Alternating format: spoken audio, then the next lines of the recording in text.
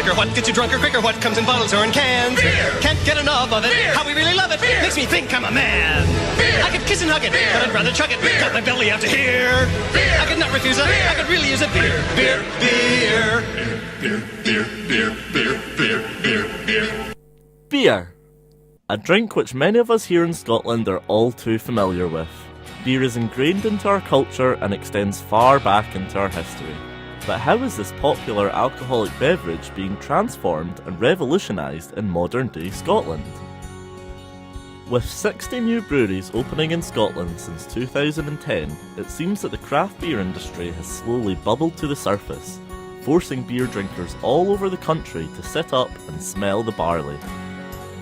It is clear that enthusiasm is brewing for the craft beer industry, but in what way have these modern day brewers changed and developed traditional beer flavours? Jawbrew are a family-run brewery located on the outskirts of Glasgow. Over the years, they have developed their own range of unique flavours. We started off with drop because, of course, jaw drop just rolls off the tongue. We've tried to keep with the nautical theme, and that has stood us in good stead. After a couple of little experimentations, we came up with surf, which is like an IPA but a much tangier version of an IPA because of the yeast we use, and it has actually proved extremely popular and is probably our best-selling beer now. It's there or there, neck and neck with the other pale ale.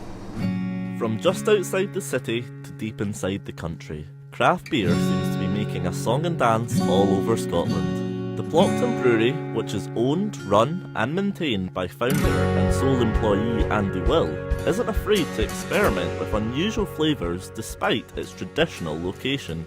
This is day one of my chocolate and coconut porter.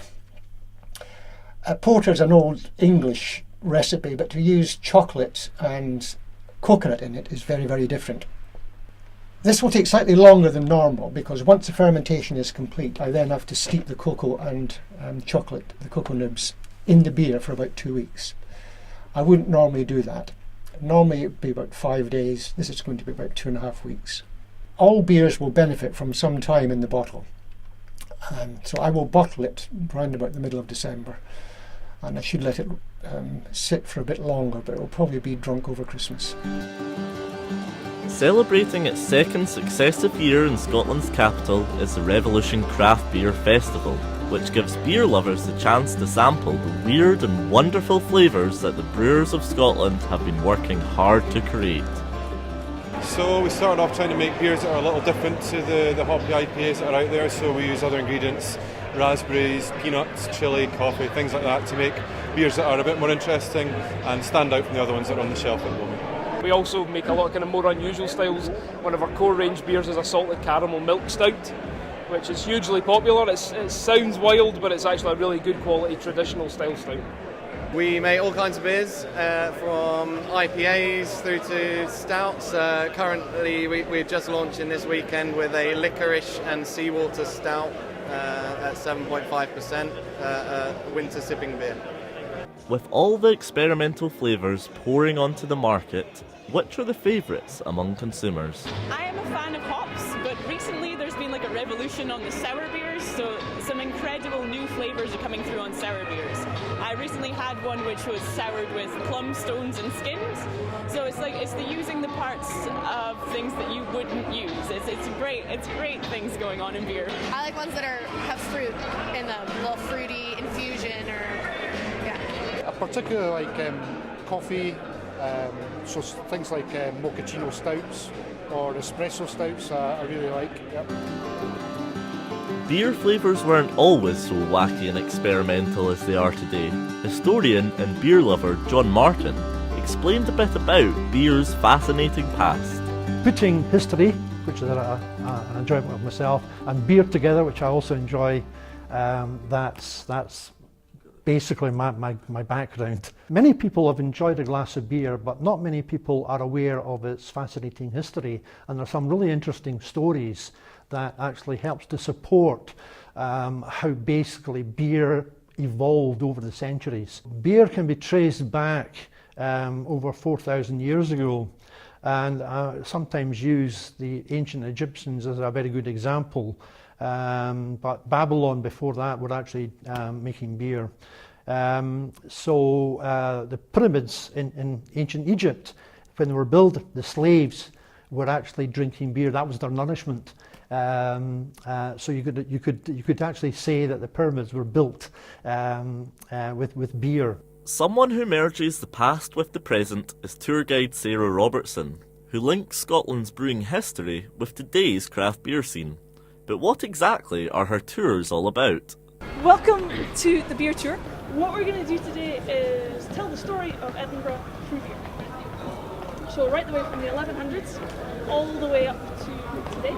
And the way that we're going to experience what's happening today is by tasting beers from all over Scotland. The tour explores the history of Edinburgh through beer.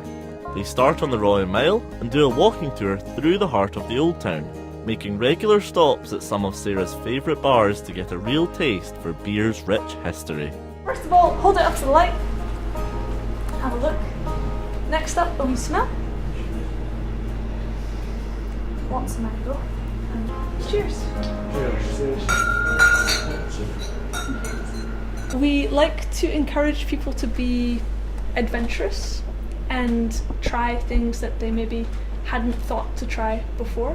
It's a nice environment to do that in because you're doing tastings and you can learn about the beer rather than maybe when you're going to the pub and you're ordering a whole drink. It's a bit harder to experiment. So we definitely give people stuff that they know and love, you know, like a pale ale or a lager, but then we also really like to give people some things to challenge them and interest them.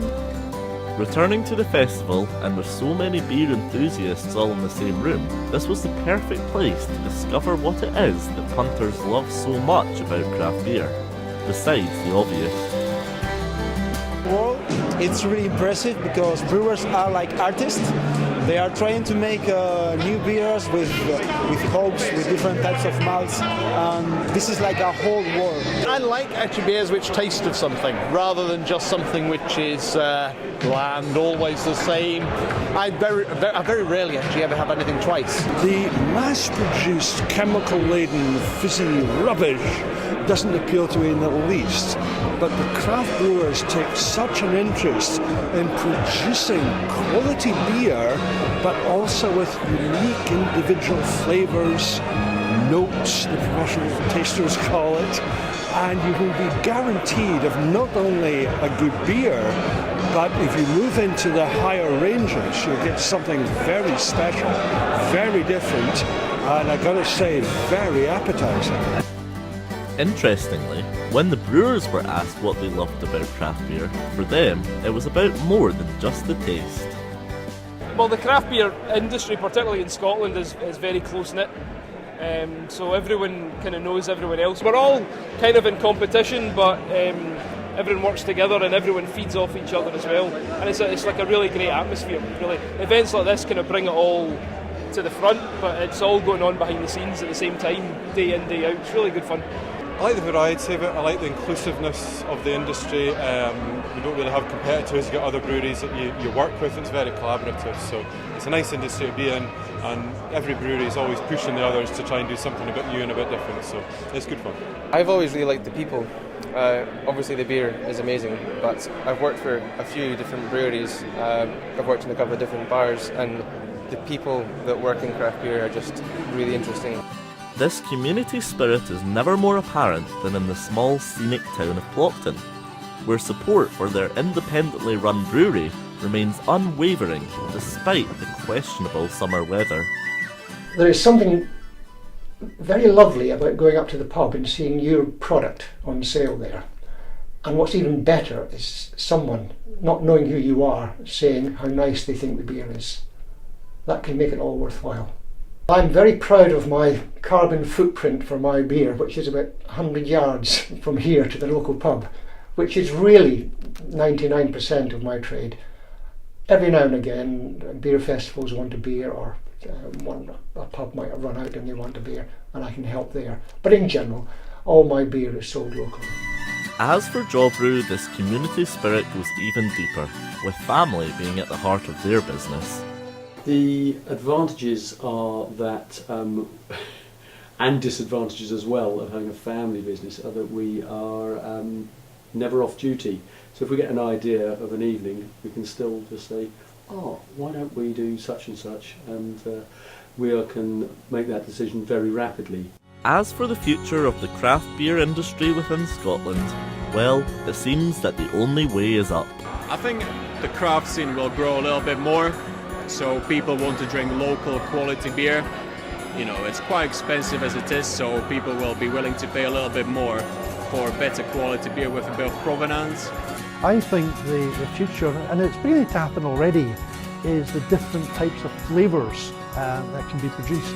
So I think the flavours is probably the driving force in the future. I would absolutely love to see that people actually think of Scotland and beer as much as they think of Scotland and whisky.